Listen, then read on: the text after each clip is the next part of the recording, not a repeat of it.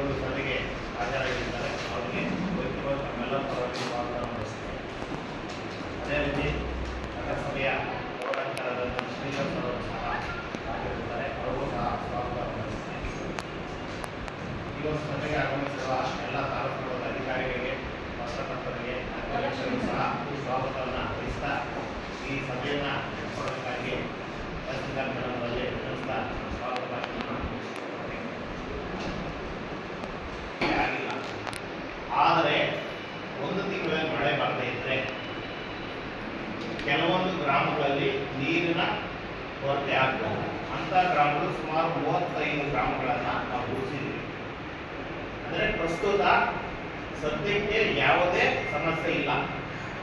ಈಗ ಒಬ್ಬ ವ್ಯಕ್ತಿಗೆ ಒಂದು ದಿನಕ್ಕೆ 55 ಲೀಟರ್ ಕೊಡ್ಬೇಕು ನಾವು, ಅಷ್ಟು ನೀರು ಬರ್ತಾ ಇದೆ.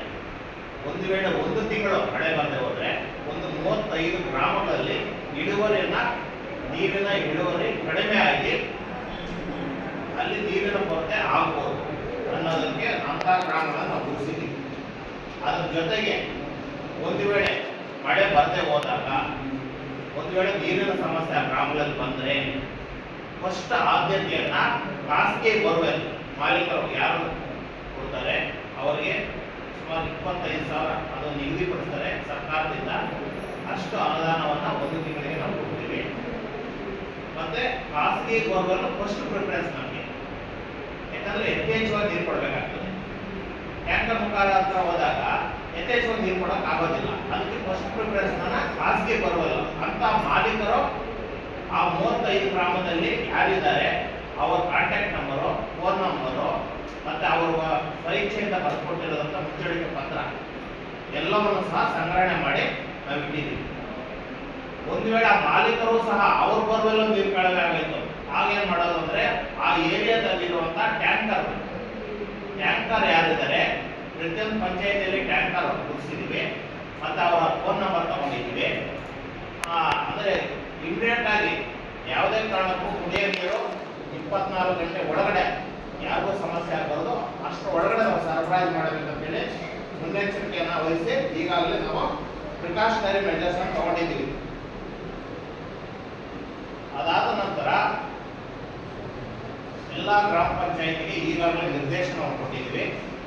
ಏನು ನೀರು ಸಂಗ್ರಹಣಾ ತೊಟ್ಟಿಗಳಿರ್ತವೆ, ಓವರ್ ಹೆಡ್ ಟ್ಯಾಂಕ್ ಇರ್ಬೋದು, ಸಿಸ್ಟಮ್ ಇರ್ಬೋದು, ಅದನ್ನು ಸ್ವಚ್ಛತೆ ಪ್ರತಿ ತಿಂಗಳು ಸ್ವಚ್ಛತೆಯನ್ನು ಮಾಡಬೇಕು. ಬ್ಲೀಚಿಂಗ್ ಪೌಡರ್ ಹಾಕಿ ಸ್ವಚ್ಛತೆ ಮಾಡಬೇಕು ಅಂತೇಳಿ ಈಗಾಗಲೇ ನಿರ್ದೇಶನ ಕೊಟ್ಟಿದ್ದೀವಿ.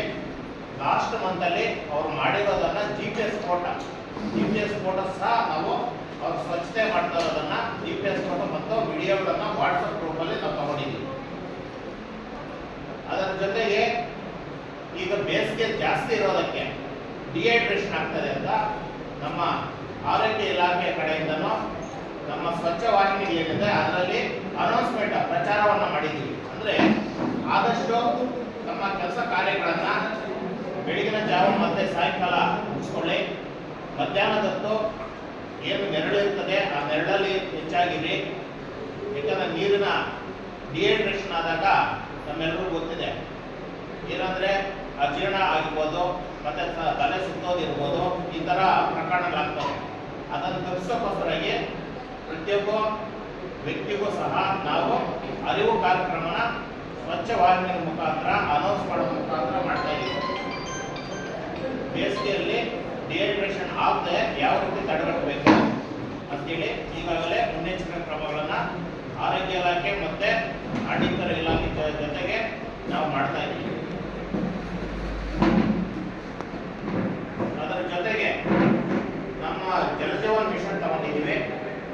ಯಾವುದೇ ಒಂದು ಗ್ರಾಮದಲ್ಲಿ ಇಮಿಡಿಯೇಟ್ ಆಗಿ ಬೋರ್ವೆಲ್ ಅನ್ನು ಬಂದೋದ್ರೆ ಆ ಬೋರ್ವೆಲ್ ಹೊಸ ಅಂತ ಗ್ರಾಮದಲ್ಲಿ ಹೊಸ ಬೋರ್ವೆಲ್ ಅನ್ನು ಕೊರೆಯಕ್ಕೂ ಸಹ ನಾವು ಮೆಜರ್ಸ್ ತಗೊಂಡಿದ್ವಿ. ಈಗಾಗಲೇ ಈ 35 ಗ್ರಾಮದಲ್ಲಿ ಅಲ್ಲಿ ಸಹ ನಾವು ಫಸ್ಟ್ ಪ್ರಿಫರೆನ್ಸ್ ಅನ್ನು ಕೊಟ್ಟು ಆದ್ಯತೆ ಮೇರೆಗೆ ಆ ಗ್ರಾಮಗಳಲ್ಲಿ ಬೋರ್ವೆಲ್ ಕೊರೆಯಕ್ಕೆ ನಾವು ಪ್ರಿಫರೆನ್ಸ್ ಅನ್ನು ಮಾಡಿ ಈಗಾಗಲೇ ಆಕ್ಷನ್ ಪ್ಲಾನ್ ಸಹ ನಾವು ಅನುಮತಿಯನ್ನು ಪಡ್ಕೊಂಡು ಟೆಂಡರ್ ಪ್ರಕ್ರಿಯೆ ಸಹ ಮುಗಿಸ್ಕೊಂಡಿದ್ದೀವಿ ಅದೇ ಗ್ರಾಮಗಳಲ್ಲಿ.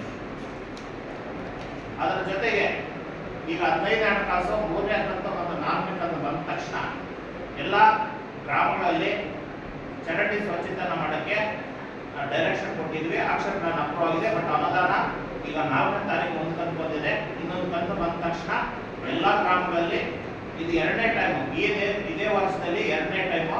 ಮೊನ್ನೆ ಶಾಸಕರು KDP 2ನೇ KDP ಮೀಟಿಂಗ್ ಮಾಡಿದಲ್ಲಿ ಅವತ್ತು ಎಲ್ಲಾನು ಗ್ರಾಮಗಳನ್ನು ಸ್ವಚ್ಛತೆ ಮಾಡೋಕ್ಕೆ ನಾವು ಹೇಳಿದ್ವಿ. ಕೆಲವೊಂದು ಪಂಚಾಯತ್ ಅನುದಾನ ಬರದೇ ಇದ್ದಿತ್ತು, ಅದು ಮಾಡಿರಲಿಲ್ಲ. ಅಲ್ಲಿ ಯಾವ್ದು ಬಿಟ್ಟು ಹೋಗಿದ್ದಾವೆ ಅದನ್ನು ಆದ್ಯತೆ ಮೇರೆಗೆ ಈಗ ತಗೊಳಕ್ಕೆ ಅದನ್ನು ಸಹ ನಿರ್ದೇಶನ ಕೊಟ್ಟಿದ್ವಿ. ಯಾಕಂದ್ರೆ ಸ್ವಚ್ಛತೆ ಇಲ್ಲಿದ್ರೆ ಅಲ್ಲಿ ಒಳ್ಳೆ ಆರೋಗ್ಯ ಇರ್ತದೆ.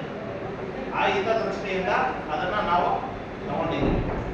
ಅದ್ರ ಜೊತೆಗೆ ಈಗಾಗಲೇ ಸ್ವಲ್ಪ ಮಳೆ ಬೀಳ್ತಾ ಇರೋದ್ರಿಂದ ನಿಮಗೆಲ್ಲ ಗೊತ್ತಿದೆ, ಡೆಂಗು ಇರ್ಬೋದು, ಮಲೇರಿಯಾ ಇರ್ಬೋದು, ಮತ್ತೆ ಚಿಕನ್ ಗುನಿಯಾ ಇರ್ಬೋದು, ಇಂಥ ಒಂದು ಮೊಸ್ಕಿಟೋಸ್ ಎಲ್ಲ ಫ್ರೆಶ್ ವಾಟರ್ ಏನಿದ್ದಾವೆ ಆ ಫ್ರೆಶ್ ವಾಟರಲ್ಲಿ ಈಗ ಚಿಪ್ಪೆಗಳಿರ್ಬೋದು ಅದರ ಬಗ್ಗೆನೂ ಸಹ ಅವೇರ್ನೆಸ್ ಕೊಡ್ತಾ ಇದ್ವಿ. ಮಡಿಕೆ ಇರ್ಬೋದು, ಮತ್ತೆ ನೀರು ಚುಚ್ಚಿರ್ಬೋದು, ಅಥವಾ ನೀರು ಸಂಗ್ರಹಣೆ ಆದಾಗ ಸೊಳ್ಳೆಗಳು ಉತ್ಪಾದನೆ ಜಾಸ್ತಿಯಾಗಿ ಮತ್ತೆ ಡೆಂಗು ಇರ್ಬೋದು, ಮತ್ತೆ ಚಿಕನ್ ಗುನಿಯಾ ಬರ್ತದೆ. ಅದು ಡೇ ಮಸ್ಕಿಟೋ ಬೈಟ್, ಅದು ಮಲೇರಿಯಾ ಇದು ಬಂದು ನೈಟ್ ಮಸ್ಕಿಟೋ ಬೈಟಿಂದ ಅನಾಫಿಲಸ್ ಅಂತ ಇದರಿಂದ ಬರ್ತದೆ. ಅದರಿಂದ ಈಗಾಗಲೇ THR ಅವರ ಒಂದು ಸರ್ಕಾರದೊಂದಿಗೆ ಈಗಾಗಲೇ ಎಲ್ಲ PDO ಅವರು ಸಹ ಒಂದು ಟ್ರೈನಿಂಗ್ ಅನ್ನು ನಾವು ಆಯೋಜಿಸಿ ಅದನ್ನು ನಿರ್ದೇಶನ ಸಹ ಕೊಟ್ಟಿದ್ದೀವಿ. ಈಗಾಗಲೇ ಇಷ್ಟು ಮುಂಜಾಗ್ರತಾ ಕ್ರಮಗಳನ್ನು ನಾವು ಈ ಬೇಸಿಗೆಯಲ್ಲಿ ತಗೊಂಡಿದ್ದೀವಿ. ಅದರ ಜೊತೆಗೆ ಅಗ್ರಿಕಲ್ಚರ್ ಡಿಪಾರ್ಟ್ಮೆಂಟ್ ಅವರು ಸಹ ಇನ್ನೇನು ಮಳೆ ಬರೋಂಗಿದ್ರೆ ಅದಕ್ಕೆ ಈಗಾಗಲೇ ಎಷ್ಟು ರಸಗೊಬ್ಬರ ಬೇಕು ಅದನ್ನು ಎಲ್ಲ ಸಹ ಅವರು ಈಗ ಶೇಖರಣೆ ಮಾಡಿಕೊಂಡು ಇಟ್ಕೊಳ್ತಾ ಇದ್ದಾರೆ. ಬಟ್ ಅದರ ನೆಕ್ಸ್ಟ್ ಸ್ಟೆಪ್ ಬರ್ತದೆ. ಅದ್ರ ಜೊತೆಗೆ ಮೇಡಮ್ ಅವರ ಅಧ್ಯಕ್ಷತೆಯಲ್ಲಿ ಒಂದು ಕ್ರಾಪ್ ಲಾಸ್ ಲಾಸ್ಟ್ ಟೈಮ್ ಏನಾಯಿತು, ಕ್ರಾಪ್ ಲಾಸ್ ಅದನ್ನು ಸಹ ಸಮೀಕ್ಷೆಯನ್ನು ಮಾಡಿದ್ದಾರೆ ಮೇಡಮ್ ಅವರು. ಇದು ಗ್ರಾಮೀಣ ಭಾಗದಲ್ಲಿ ನಾವು ತೆಗೆದುಕೊಳ್ತಾ ಇರುವಂಥ ಆದ್ಯತೆ ಮೇರೆಯ ಕೆಲವೊಂದು ವಿಷಯಗಳು. ಮತ್ತೆ ಮುಖ್ಯವಾಗಿ ಸಾರ್ವಜನಿಕರಲ್ಲಿ ಬಂದಿರೋದು ನಮಗೆ RO ಪ್ಲಾಂಟ್ಸು ಪ್ರಾಬ್ಲಮ್ ಇದೆ ಅಂತ ಬಂದಿದೆ. ಅದರಲ್ಲಿ ಈಗಾಗಲೇ ನಮ್ಮ ಮುರಳಿ ಸರ್ ಬಂದ್ಮೇಲೆ ತುಂಬ ಆಕ್ಟಿವ್ ಆಗಿ ಕೆಲಸ ಮಾಡಿದ್ರು. ಸುಮಾರು 42 ಪ್ಲಾಂಟು ವರ್ಕ್ ಆಗ್ತಾ ಇರಲಿಲ್ಲ. ಇವಾಗೆಲ್ಲ ಒಂದು 22 ಪ್ಲಾಂಟ್ ಬಂದಿದೆ. ಇನ್ನು 22 ಪ್ಲಾಂಟ್ ರೆಡಿ ಮಾಡಿದ್ರೆ ಎಲ್ಲ ವಾಟರ್ ಫಿಲ್ಟ್ರು ಕ್ಲಿಯರ್ ಆಗಿ ವರ್ಕಿಂಗ್ ಅಲ್ಲಿ ಇರ್ತದೆ. ಒಂದು ಸುಮಾರು 42 ಇತ್ತು, 20 ವಾಟರ್ ಪ್ಲಾಂಟ್ನ ರೆಡಿ ಮಾಡಿಸಿದ್ದಾರೆ. ನಮ್ಮ ಮುರಳಿ ಸರ್ ಆಕ್ಟಿವ್ ಆಗಿ ಕೆಲಸ ಮಾಡ್ತಾ ಇದ್ದಾರೆ. ಅದೇ ರೀತಿಯಲ್ಲಿ ಈ ಒಂದು ತಿಂಗಳಲ್ಲಿ ಅಥವಾ ನೆಕ್ಸ್ಟ್ ವೀಕ್ ಒಳಗಡೆ ಇನ್ನು ಉಳಿದಿರುವ 22 ಏನು ಕಾರ್ಯನಿರತ ಶುದ್ಧ ಕುಡಿಯುವ ನೀರು ಘಟಕ ಇದ್ದಾವೆ ಅದನ್ನು ಸಹ ನಾವು ದುರಸ್ತಿ ಮಾಡಿಸಿ ಸಾರ್ವಜನಿಕರಿಗೆ ಅವಕಾಶನ ಕಲ್ಪಿಸ್ಕೊಡ್ತೀವಿ ನಾವು. ಮತ್ತೆ ಈಗಾಗಲೇ ನಮ್ಮ ಗ್ರಾಮ ಪಂಚಾಯತಿಗಳಿಂದ ಗ್ರಂಥಾಲಯಗಳಿದ್ದಾವೆ, ಅದನ್ನು ಅರಿವು ಕೇಂದ್ರಗಳನ್ನು ಮಾಡಿದ್ದೀವಿ. ಹೆಚ್ಚಿಗೆ ಬೇಸಿಗೆ ಬಂದಾಗ ಮಕ್ಕಳಿಗೆ ಒಂದು ಶಿಬಿರಗಳನ್ನು ಆಯೋಜನೆ ಮಾಡಲು ಸಹ ನಾವು RDPR ಇಲಾಖೆಯ ಒಂದು ಮಾರ್ಗದರ್ಶನ ಈಗಾಗಲೇ ಕೊಟ್ಟಿದ್ದಾರೆ, ಈಗಾಗಲೇ ಆದೇಶ ಹೊರಡಿಸಿದ್ದಾರೆ. ಅದರಂತೆ ನಾವು ಕ್ರಮ ವಹಿಸಿದ್ದೀವಿ. ಎಲ್ಲ ಗ್ರಂಥಾಲಯಗಳಲ್ಲಿ ಮಕ್ಕಳಿಗೆ ನೀರಿನ ವ್ಯವಸ್ಥೆ ಇರ್ಬೋದು, ನೆರಳಿನ ವ್ಯವಸ್ಥೆ, ಆಟ ಆಡೋಕ್ಕೆ ಬೇಕಾಗಿರುವಂಥ ಎಲ್ಲ ವ್ಯವಸ್ಥೆಯನ್ನು ನಾವು ಕಲ್ಪಿಸಿದ್ದೀವಿ. ಮತ್ತು ಇದರಲ್ಲಿ ಮುಖ್ಯವಾಗಿ ಕೂಸಿನ ಮನೆ ಅಂತ ಅದೊಂದು ಮಾಡಿದ್ದೀವಿ. ಅಲ್ಲಿ ಯಾರು ಅಪೌಷ್ಟಿಕ ಮಕ್ಕಳಿದ್ದಾರೆ ಮತ್ತು ಚಿಕ್ಕ ಮಕ್ಕಳಿದ್ದಾರೆ ಅವ್ರಿಗೂ ಸಹ ಪೌಷ್ಟಿಕ ಆಹಾರವನ್ನು ನೀಡುವ ಮುಖಾಂತರ ಯಾರೂ ಸಹ ಡಿಹೈಡ್ರೇಷನ್ ಆಗದೆ ನಾವು ಮುಂಜಾಗ್ರತೆಯನ್ನು ವಹಿಸಿದ್ದೇವೆ. ಇದು RDPR ಇಲಾಖೆ ಮತ್ತು ನಮ್ಮ ಉಳಿದ ಎಲ್ಲ ಇಲಾಖೆಗಳಿಂದ ನಾವು ತೆಗೆದುಕೊಂಡಿರುವಂತಹ ಮುಂಜಾಗ್ರತಾ ಕ್ರಮಗಳು. ಇದಕ್ಕೆ ಮಾನ್ಯ ಜಿಲ್ಲಾಧಿಕಾರಿಗಳು, CO ಸರು, ಮಾನ್ಯ ತಹಶೀಲ್ದಾರ್ ಮೇಡಮ್ ಅವರು ಎಲ್ಲರೂ ಸಹಕಾರ ಕೊಟ್ಟಿದ್ದಾರೆ. ಮಾನ್ಯ ಶಾಸಕರು ಸಹ ಅವರ ಅನುದಾನದಲ್ಲಿ ಎಲ್ಲಿ ನೀರಿನ ಸಮಸ್ಯೆ ಉದ್ಭವಿಸ್ತದೋ ಅಲ್ಲಿ ಕೂಡಲೇ ಕ್ರಮ ವಹಿಸಬೇಕು. ಯಾವುದೇ ಅನುದಾನವನ್ನು ಬೇಕಾದ್ರೆ ನಾನು ತರಿಸ್ಕೊಡ್ತೀನಿ ಅಂತ ಕೂಡ ನಮ್ಮ ಜನಪ್ರಿಯ ಶಾಸಕರು ನಮಗೆ ಎಲ್ಲ ಅಧಿಕಾರಿಗಳಿಗೆ ನಿರ್ದೇಶನ ಕೊಟ್ಟಿದ್ದಾರೆ. ಇದು ಇಷ್ಟು ಗ್ರಾಮಾಂತರದ್ದು. ನಗರದ ನಮ್ಮ ಪೌರಾಯುಕ್ತರು